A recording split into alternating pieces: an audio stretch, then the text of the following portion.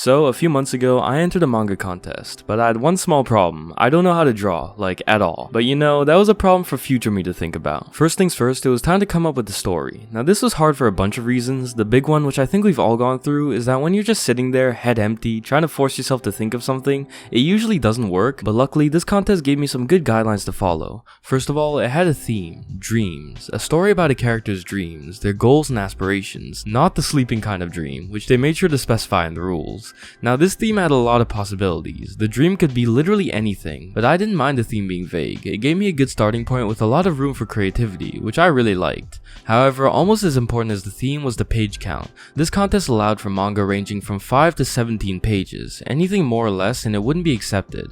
I went for the maximum of 17 pages to have as much time as possible to tell my story, and I'll always go for that option whenever I can. The page count limit was kind of a blessing and a curse though. On one hand, it's good to have a limit so you know exactly how to pace your story, but on the other, it can feel like you're being boxed in, especially when it's a lower page count like this and you have less amount of time to work with. But either way, that's just something you kinda have to deal with in contests. Now there was one final curveball. This entire manga had to be told with zero dialogue. That's right, no words. The entire story had to be expressed only with drawings. I'm pretty big on dialogue, both when I read and write stories, so this was gonna be a challenge for sure, but I was up for it, and it got me excited to test my writing skills. It makes sense why this contest had this approach though. Without dialogue, there's no language barrier. Anyone can read the stories and understand them. The judges especially, of course, no need to translate every submission to Japanese for them, but also the average reader from all across the world, which I think is really smart. Now coming back to the writing, something that's always good to do when entering contests is to look at the past winners. That's the best way to gauge what has worked well in the past, what the judges like, and most importantly, how to tell a good story with the limited amount of pages available.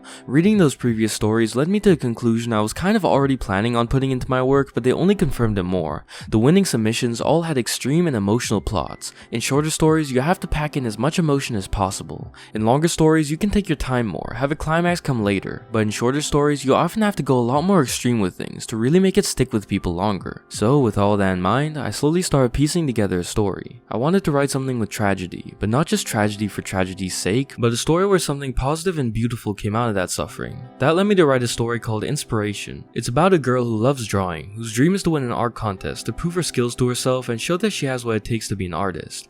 But she falls sick and is admitted to a hospital. Her sickness gets worse and she's left unable to draw the way she could before. So she'll have to find a way to overcome her sickness to achieve her dream.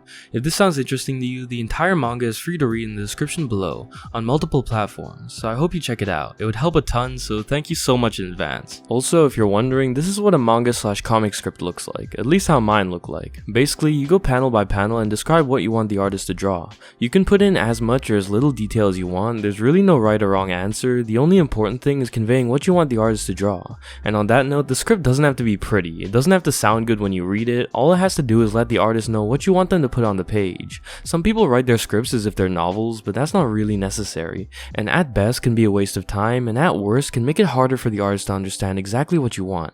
I mean, for example, if you say a character had a shocked expression, the artist pretty much knows exactly what to draw. But if you say instead that a character felt bewildered by what he saw in that moment, and he stood there, not knowing how to process the situation, as he wondered about what he saw earlier that day, when this happened and that happened, the artist can be like, huh? What exactly do you want me to draw? I read in a book about comic writing that the thing you have to remember above all else is that when you're writing a comic script, you're not writing for an audience, you're only writing for one person, the artist. All that matters is the artist understanding what to draw. That's it, and that's maybe the best comic writing advice out there. Now I had to find an artist that first of all made good art, but maybe even more importantly than that, had an art style that would fit my story. I mean, no matter how amazing the art is, having a battle shonen type of art style for my slice of life story wouldn't exactly work. So with that being said, I went on a search for an artist. There are a bunch of different places you can find manga or comic artists to work with. Freelance websites like Fiverr, Upwork, VGen, and others, or even just social media like Twitter or Instagram. But my preferred place is Reddit, more specifically the Comic Book Collab subreddit.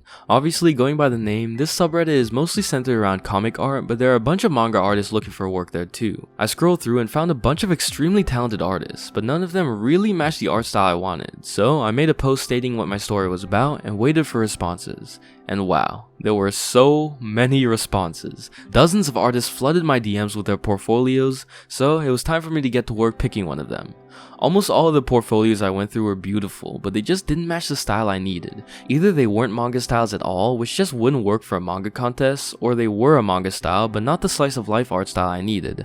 I literally went through so many artists, every single one that messaged me, but none of them fit. I literally remember almost giving up hope at one point, and just going with an artist that wouldn't really fit the story just to at least enter the contest with something. But I kid you not, less than 5 minutes after I thought that, I opened my DMs and saw the perfect art style for my story. This artwork was gorgeous, and the artist was super professional right off the bat, so we added each other on Discord and got to work. I sent over the script and we got to working on the character designs, and this was how they turned out in the end. I really like how they turned out. They then sent over the pages one by one, with me asking for revisions here and there. I asked for changes a lot at the start, which I felt bad about, but I really wanted to get the finished manga as good as possible, and they were extremely understanding and happy to make any changes I wanted. But as we worked together more, I had to ask for changes less and less, with me barely having to ask for any by the end, as they understood my writing style more and I understood their art more. I'm kinda sad the manga ended and we had to stop working together, cause it's nice to get in the groove with someone you're collabing with and be able to get into a kind of flow state where you can just get out quality stuff on the first try. But yeah, overall it was a great experience working with this artist. I'll put all their links in the description, so please check out their art, support them, if their commissions are open, commission them, and be kind of course, because this is just as much their manga as mine. I'm really happy with how it turned out. And speaking of how it turned out, here they are, some of the finished pages. The artwork is absolutely gorgeous and fits the story perfectly. By the way, here's a side by side of the script of one of the pages next to the finished result, in case you are wondering about that. It's pretty cool how it all comes together. It's also really interesting seeing how the artist interpreted some of my descriptions, cause some of them were different from how I imagined they would be in my head, but in most cases they turned out even better, which is why it's so important to learn to trust people you're working with to do their job, which they're always going to be better at than you are, while you focus on doing your job. So with everything done, I submitted the manga to the contest, and then I had to wait.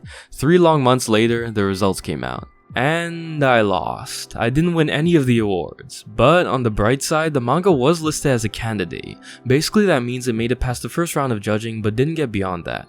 And you know what? I'm pretty happy with that. Making it to this stage means my manga placed around 40th, but there were over 1100 submissions, so that means my manga was in the top 4%. I'm a very competitive person, so 4% doesn't feel like enough for me, but this was my first time entering the biggest manga competition in the world. And hey, just seeing my name listed up there on their website is pretty motivating. This result has only inspired me more. I'm gonna enter more contests and try even harder outside of contests as well to improve my writing, and I hope you guys will like the stuff I write in the future. As I said, the entire manga is free to read in the description, so if you want to check it out, it's on Manga Plus Creators and Global Comics, so you can read it on whichever platform you prefer. So yeah, thank you so much for watching, and subscribe if you want to follow me along my writing journey.